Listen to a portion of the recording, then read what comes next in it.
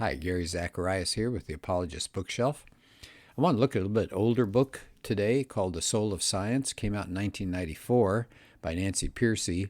And I know a lot of people are going to say, oh, wait a minute, an older book, it's got to be out of date. No, not the part I'm reading. Certainly there have been later scientific discoveries that they will not have talked about in this book. But the part I want to look at especially is so strong today. It's dealing with science and Christianity. And the book has gotten some amazing reviews. Phil Johnson, the professor of law at UC Berkeley, he says this book shows that the alliance between atheism and science is a temporary aberration, and the fact that Christian theism has played and will continue to play an important role in the growth of scientific understanding. J.P. Moreland said this book would be an excellent text for courses on science and religion, and it should be read by all Christians interested in the relationship between science and their theological commitments. So do you see that connection there between science and Christianity? And they talk about that in the intro to their book. They said that we will identify and track some of the more significant philosophical streams of thought since the scientific revolution. And they said back then, in the 19th century, it says it wasn't until the late 19th century, the early 20th century, did Christian faith lose its hold as a shared public commitment, and it retreated.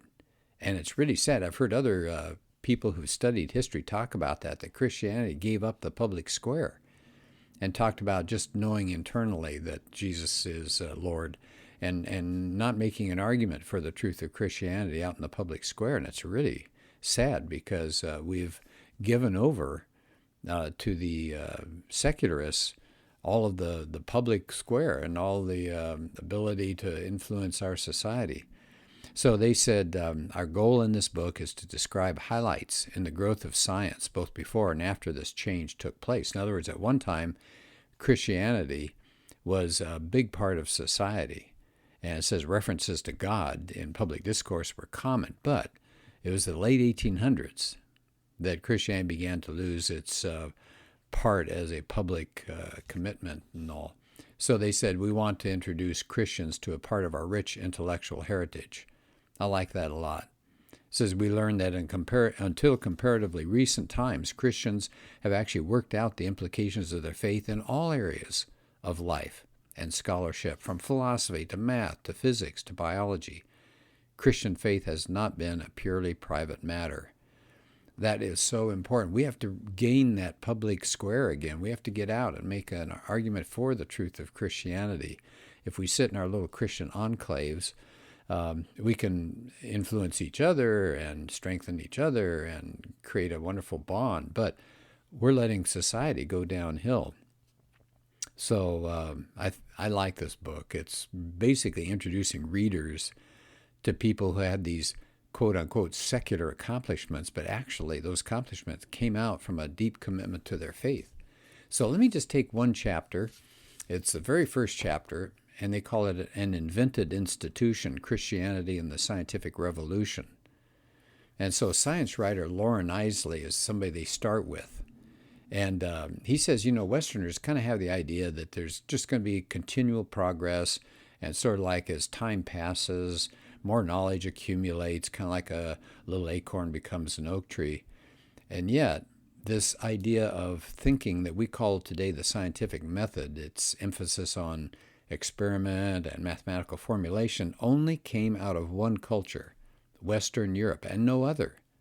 So Eiseley is saying, science is really not natural to mankind at all. It doesn't just sort of develop. Inquisitiveness about the world is a natural attitude. That's true. People scratch their heads and wonder why certain things happen. But he said as far as institutional science, it's far more than that. It's an invented cultural institution, he says. And he says, science demands a kind of a unique soil in which to flourish. Well, what is that soil? Now remember, Eiseley's not a Christian, I don't think. And it says he somewhat reluctantly says it's the Christian faith. He said, this is a direct quote from Eiseley, it's the Christian world which finally gave birth in a clear, articulate fashion to the experimental method of science itself. I just find that really interesting. People like Carl Sagan will talk about the Greeks and their great thinking and all, but as far as the experimental method, as far as the scientific method, they never carried it beyond just thought processes. And so, interesting, if you really want to have modern science, it has to come through Christianity. Christianity provide intellectual presuppositions and moral sanction for the development of modern science. And then they talk about how in the Middle Ages, people today have been talking about the Dark Ages, but that's not true. And it's been rehabilitated in a sense. So I'm going to skip over that. And instead, what I'd like to do is focus on why it was that Christianized Europe became the birthplace of modern science and no place else. They said, when you think about it, other cultures like the Chinese and the Arabs actually produced probably a higher level of learning and technology than medieval Europe. But it was Christianized Europe, and not these other cultures that actually may have been more advanced that gave birth to modern science as a systematic, self-correcting discipline. Why would that be? And they said, well, there are certainly other factors besides Christian faith. You had trade that grew and commerce and technological advances and the founding of scientific institutions like the Royal Society. Let me stop there for just a minute. The Royal Society was actually founded by Christians. So even that could be considered part of Christianity. But they said, it was actually certain scientific investigations got started because there were assumptions about the world. And so that's what I wanted to look at here. What are these assumptions, Christian assumptions that scientists took and ran with and produced modern science? So to begin with, and we'll do several of these. To begin with, the Bible teaches that nature is real. Now, that seems pretty obvious, doesn't it? Well, duh. But it says, think about this. Many belief systems regard nature as unreal, especially Eastern religions, pantheism and things like that. It's just an appearance of the one. Hinduism says, the everyday world, everything you look at out there, the material world, it's Maya. It's an illusion. So if that's our attitude, if it's an illusion, why would you study it? But the Christian doctrine, though, of creation teaches these objects are not just appearances of the infinite. God made them. They're real. They're out there. You can bump your head against them. So number one, nature's real. Here's another assumption that led to science. Number two, not only is nature real, nature is good. A society has to be persuaded that it's of value. Nature's of value, and that therefore it'd be worthy of study. And the Greeks, as they mention, lacked this conviction. It says the ancient world often saw the material world as evil and disorderly, and they objected to that. And manual labor was no good, and philosophers would sit around and think great thoughts. And so the Greeks really did not develop empirical science, that you had to have hands-on observation, and they didn't think that was worth it. They thought it was kind of low to do that. But the early church defended a high view of the material world. Material things were to be used for the glory of God and for the good of men. And so as a result, there was no put down of manual labor. There was no slave class to do that work. Craftsmen were respected. There was dignity of work that came big in the Reformation.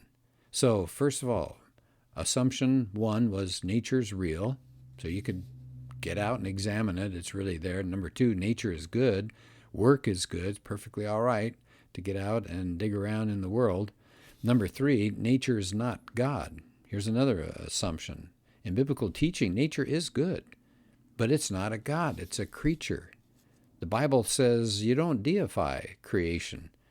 And you compare that, they said, with pagan religions. They were animistic or pantheistic, and they treated the natural world either as an abode of the divine, they lived in it, or an emanation of God's own essence. So you don't dig apart a log or do anything to animals or anything like that. If the divine is there, you leave it alone. But nature's not God, according to Christianity.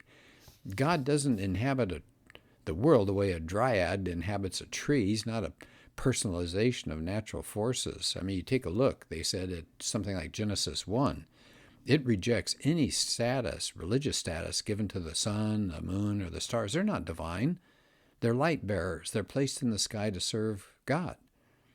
So natural phenomena are not seen as deity. They're not objects of awe and reverence and to keep your hands off. They're creations of God. They're placed in the world to serve His purposes, contribute to human welfare. So that was a huge thing that happened for science to start. You had to deify nature, as they say. So the monotheism of the Bible got rid of gods of nature and freed people to enjoy and investigate without fear. Well, here comes another reason. So far we've done 3. Nature is real, nature is good, nature is not God, and nature is orderly. Number 4, this is a rational God who created an orderly world. And you think about paganism, they had all sorts of gods, but Christianity said there's one. So you had a unified, coherent universe as a result. They quote a theologian who says, man did not face a world full of ambiguous and capricious gods who are alive in the objects of the natural world. Just one God. In a sense, they got rid of the sacred in nature. And so you could actually examine it, and it wouldn't be chaotic. So it says, not only did the order of nature rest on the existence of one God, but on the character of that God. The God is trustworthy in the Bible. He's dependable. So they give you an example of Copernicus. He said he knew the universe was wrought for us by a supremely good and orderly creator. Notice that, orderly creator. All right, here's another thing, another presupposition as scientists began to look out in the world. Nature has laws. So they believed there was an order to the universe, and therefore they thought there were natural laws. So they compare that with people in pagan cultures. They would see nature as alive, and it was mysterious, and probably wouldn't have lawful and intelligible laws that you could figure out. But the biblical God is a divine legislator. He governs nature by decrees that he set down in the beginning. So the early scientists did not argue that the world was ordered and therefore there had to be a rational God. They started the other way around. They said there was a rational God first, and therefore, since they believed that the world had to be lawfully ordered. So it's the whole conviction that nature is intelligible came from biblical principles. All right, here's another thing, another presupposition they had. Nature can be described precisely. Not only is nature lawful, but you could state some of these things going on out there in mathematical formulas. Genesis shows us a workman. God's a workman, completely in charge. So it's precisely the way God wants it to be when he creates the world.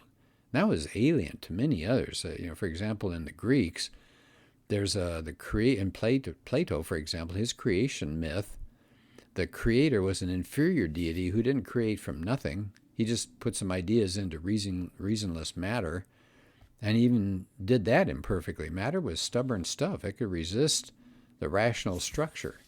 So as a result, the Greeks had kind of an idea of imprecision in nature, kind of a fuzziness, they said, at the edges.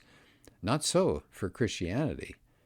In their idea of creation ex nihilo, God creating out of nothing, means there's no pre-existing substance that has its own properties that somehow limit what God can do. All right, let's come up with number 7 here, another assumption of scientists as they began to look out in the world. So can we do a quick background here? So number 1, nature is real. Number 2, nature is good. Nature is not God. Nature is orderly. That was number 4. Number 5, nature has laws. Number 6, you can describe nature in some mathematical formulas, which is a pretty optimistic kind of thing. Here's number 7. Nature can be understood by humans. We can actually understand and discover the order that goes out there. Why? Because humanity was created in the image of God. Now, they take the Chinese as another example here. It said they had no belief in an intelligible order in nature, nor in the human ability to decode it. There was no confidence that humans could understand this stuff. But Christian scientists said basically that we would be capable to think God's thoughts after him. The natural world is comprehensible to us because the person, the being that created it and ordered it is reflected in our own reasoning. Isn't that good to know? Think about how optimistic that would make us feel to say we can get out there and we can understand because we've been made in the image of God. God created humans with powers of observation and reasoning necessary to be able to gain knowledge about the natural world. So those are the 7 that I thought were really powerful assumptions that were made for people a long time ago who got out there with optimism and were able to do modern science, create modern science. So one more time. Number one, nature's real. Nature is good. These are all Christian assumptions that led to science. 3, nature's not God. 4, nature is orderly. It's not chaotic out there. Number 5, nature has laws. Number 6, we can use math. Nature can be described precisely. Number 7, nature can be understood by humans. We can actually understand it. We have the optimism because of what God did to us. He created us to be in His image. We would have our reasoning powers. Okay, well, that's the book, The Soul of Science. And like I said, that won't go out of date. The book is, like I said, older, 1994. But things like the background of science, that does not change. And so this book, in the words of a lecturer in the University of Oxford, this book, it says, should be required reading for all thinking Christians and all practicing scientists. The idea that modern science flowered because of, not in spite of, but because of the Judeo-Christian worldview. All right, well, thanks, and I hope you enjoyed this one, and let's do another podcast soon.